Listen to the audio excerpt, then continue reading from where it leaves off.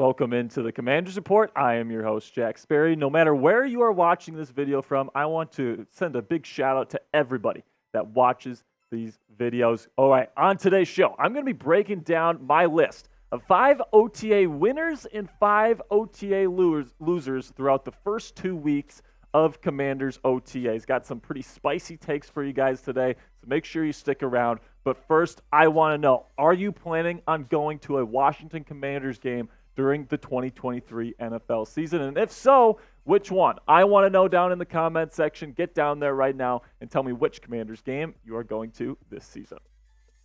So now let's start with the winners. Lots of people like to start with the bad news, with the losers, but I like to start with the winners and start this video off on a positive note. Number 1 on my list of winners, quarterback Sam Howell. Now that is exactly what every single Commanders fan wants to see out of their sophomore quarterback. You want to see Howell take that next step in his sophomore season, become the bona fide franchise quarterback of this team moving forward. And according to reports, everything that I have seen and all the stuff I'm hearing is that he is looking incredibly sharp for the Commanders in OTAs. He's got full control of the locker room. He is the leader of this team. It looks like he's cleaned up some of his throwing mechanics, which is absolutely fantastic, which is something he really needed to do this offseason. And look at that new helmet, man. I love that new look for Howell. I think that he's going to have kind of a surprising season in 2023. He's going to turn some heads. Now on to my number 2 winner so far in Commanders OTAs, and it's cornerback Emmanuel Forbes. That's right, the 16th overall pick in this year's NFL draft has been lighting it up in practice as he already has multiple pick sixes against Jake Fromm and Tim DeMorat, and he is somebody that's just a playmaker. This is why the Commanders drafted this guy 16th overall over guys like Deonte Banks, who the consensus had over Emmanuel Forbes at the time. Like, Emmanuel Forbes is the type of guy that is going to make plays for you. He's got an incredible nose for the football. He's got some of the best instincts I've ever seen from an NFL cornerback prospect coming into this year's draft. Now, the knock on him is that he's a little bit slender. You can see in the picture there that he looks pretty skinny. But man, in this off-zone type coverage system that Jack Del Rio plays, he is a perfect fit. That's why Del Rio was pounding the table to go and get this guy at number 16 overall. He got his guy, and he is showing out in Commanders OTAs so far. So predict it for me now in the comment section. Will Emmanuel Forbes get over or under 5.5 interceptions in his rookie season? I personally think it's going to be way over that number, but let me know what you guys think down there in the comments with a O for over, U for under. This is going to be the pinned comment on today's show. So whenever YouTube throws an ad break your way, take advantage of that time by answering today's question with an O or a U. Now moving on to number 3 on my winners list here, where I have Khaleke Hudson. Now, this is somebody that Commanders fans have been waiting to blossom here for a little while. Played a little bit last year towards the end of the season. Played pretty well, but you were kind of hoping that coming into this year that he'd be able to really make an impact for the Washington Commanders in that inside linebacker room. And apparently, he has been impressing to this point in OTAs, which is exactly what you want to hear, that he's on schedule, that he's got the proper development, and that he's going to be able to challenge Jamin Davis and Cody Barton for a starting inside linebacker job this year. And even if he doesn't win it, it's nice to have somebody that you trust on the bench and playing in special teams to be able to come in relief in case one of those guys gets hurt. Really excited about Khaleke Hudson's future here with the Commanders. Number 4 on my list here, I've got another rookie, Chris Rodriguez Jr., the running back that the Commanders took in the 6th round. Lots of people think he is going to be an absolute steal on day 3 of the NFL draft this year. And reportedly, the offensive coordinator, Eric Bienemy, loves him some Chris Rodriguez Jr. He is a big body. He is a powerful runner. That is exactly what Bienemy wants out of his running backs. You see that with Brian Robinson. We see that with Antonio Gibson. Both of those guys are pretty good power backs in their own right, but what Bienemy really likes, what Ron Rivera likes as well, is these bigger backs that can, get those short yardage situations going there, 3rd and 1, 3rd and 2. You got the big bodies, you got the power, all of that stuff that you look for, but they also got the agility and the ability to really make those big splash plays happen. 20-plus yard runs. Chris Rodriguez Jr. has both of those in his skill set, which is something that Eric Bienemy apparently loves, which is really, really good for the Commanders offense. So coming up here, I'm going to reveal my last OTA winner, okay? And it's pretty controversial here, so you want to stick around. But first, let me tell you about this awesome t-shirt combo that we have up on the Chat Sports website just in time for summer. Look at this. We got a white long sleeve and that short sleeve burgundy shirt there. Perfect summer combo if you are a Commanders fan. You can go to chatsports.com/Commanders combo. If you're missing some burgundy and gold in your wardrobe, you want to represent your Commanders this summer, you can get some shirts right here. 2 for the price of 1, essentially, here on the Chat Sports website right now. Get this combo right now. Go to chatsports.com/Commanders combo.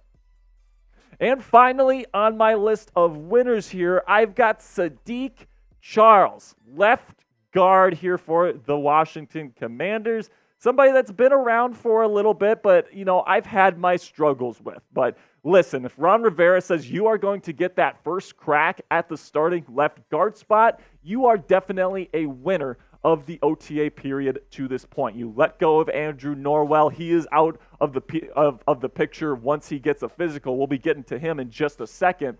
But man, Charles definitely has a great opportunity in front of him. Did not really play well when he had his opportunities last year, but he's getting another opportunity to prove himself here, which is why he is a big-time winner coming out of the first 2 weeks of OTAs. So now, personally, I would bring in some more help at guard. I would bring in some more competition to really make Sadiq earn this role, right? He's somebody that has not performed well over the last couple of years. You can't just hand somebody like that the job going into camp. Now, I know Chris Paul is supposed to be in the running as well at left guard, but I don't really trust him either. And, if you're really dead set on playing Nick Gates at center and benching Ricky Stromberg, then I think you have to go into the free agency market here, and there's still some pretty darn good guards available on the market right now that you could go grab. Dalton Reisner is somebody that comes to mind. Get somebody else in there to compete with Charles and make him earn this position. So now you be the GM here. Should the Commanders add another guard before the start of training camp? Give me a yes or a no. You guys know my answer. I am a big yes guy on this question. I think they need more help on the interior of the offensive line, but let me know what you guys think in the comment section. So now let's get on to the losers. I've given you my 5 winners.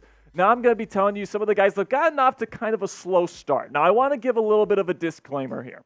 Okay, just because these players made the losers list today doesn't mean that they suck or that they're not going to be good or that, whatever the case may be, or that they're going to fail this year. I'm not saying any of that. Okay, so with that being said, let's get into the first one here. And pretty obvious, Armani Rogers was a big-time loser in OTAs, plain and simply, because he's out for the year now with an Achilles injury, right? He had a non-contact Achilles injury. He's out for the season. They had to replace his spot in the tight end room, all that different stuff, which really stinks because the Commanders were really hoping for Armani Rogers to come in this year and really show some nice growth alongside Logan Thomas and some of those other young pieces that they have in the tight end room right now. And to have him not there, not present, not getting better is just absolutely terrible for not only Rogers, but the Commanders' tight end room. Now, number 2 on my losers list here is, of course, Andrew Norwell. Again, obvious reasons. He is going to be getting cut by the Washington Commanders once he can pass a physical. The Commanders saved quite a bit of cap space by releasing him, but he's somebody that started last year, had a lot of success with Ron Rivera in Carolina. That's why they brought him in. But last year, man, he was just not very good whatsoever. Arguably the worst starting offensive lineman for the Commanders, and that's kind of saying something. But now he's going to be hitting the free agency market once he can pass a physical. Now, number 3 on my list here, I'm going with another guy that got cut, Cameron Dantzler. So these are kind of obvious. These first 3 are obviously losers, right? An injury plus 2 guys that are getting cut. Of course, these guys are losers, but man, Cameron Dantzler, he's just somebody that I just didn't think really had a spot on this team. He's super skinny. He just hasn't played well in the National Football League. Last year, he should have thrived in that Vic Fangio-style defense that the Minnesota Vikings tried implementing under defensive coordinator Ed Donatel. He did not play well in it, however, and he's super skinny, and he's somebody that's just not going to hold up against the run. And, you know, when you look at what the Commanders have in the cornerback room right now with Kendall Fuller and Emmanuel Forbes and Jartavius Martin and Benjamin St. Juste and Danny Johnson, you got some nice pieces in the cornerback room. So I do like the move here to go out and cut Cameron Dantzler. Now, number 4 on my list, another kind of obvious one again here, which is an injury, which was Jamin Davis, who missed a lot of time during OTAs after getting a procedure done on his knee to kind of clean up some of the stuff that was kind of a building up over the last couple of years with the injuries that he has taken to that knee and some of the damage that he has taken. But now what's great is that he's going to be coming back 100%. He's going to be ready for the season. So overall, big picture, he's probably a winner here. But in the short term here, during OTAs so far, he's a loser because he has not been on the field, getting better, getting chemistry with his teammates, all those different things. But he will be on the field soon, and he'll be ready to go. Now, number 5 here on my list, my last loser of today's video, rookie center Ricky Stromberg. Now, you know, they picked Ricky pretty darn early in the draft, okay? So I would think that there was at least a chance that he would be able to start at the center position this year. But despite getting rid of Andrew Norwell, right, there's an open spot. They are not playing Ricky Stromberg with the first teamers right now. He is not getting first team reps at center or left guard, and that's definitely an indication that he's maybe not picking up the NFL game as quickly as they would have wanted to, right? If you're playing Sadiq Charles and Chris Paul ahead of Ricky Stromberg there, and personally, I would probably move Nick Gates over to left guard and see how he does there. But, you know, if you draft somebody in the 3rd round, particularly an interior offensive lineman, you want that guy to be ready to play right away if you want that. If you want that to happen, and it just doesn't seem like Stromberg is getting it to this point, which is why you're giving Sadiq Charles and Chris Paul a chance at the starting lineup. So, you know, the big question for me is why don't the Commanders move Nick Gates over to left guard? And he's played guard before in the National Football League, and then you plug Stromberg in at his most primed position at center. I don't understand why the Commanders wouldn't do that if Stromberg truly came in and was that guy that they thought he was when they drafted him in the 3rd round. If he was really that guy, I think he might be getting a shot at the starting center position. However, it is still early. He still has a ton of time throughout OTAs, the rest of OTAs, mandatory minicamp, and then, of course, training camp to establish himself as a potential starter. It just seems like to this point he's getting off to a kind of a slow start. So let me know right now in the comment section, which guy would you rather see in the starting lineup? Would you rather see Ricky Stromberg at center and Nick Gates at left guard?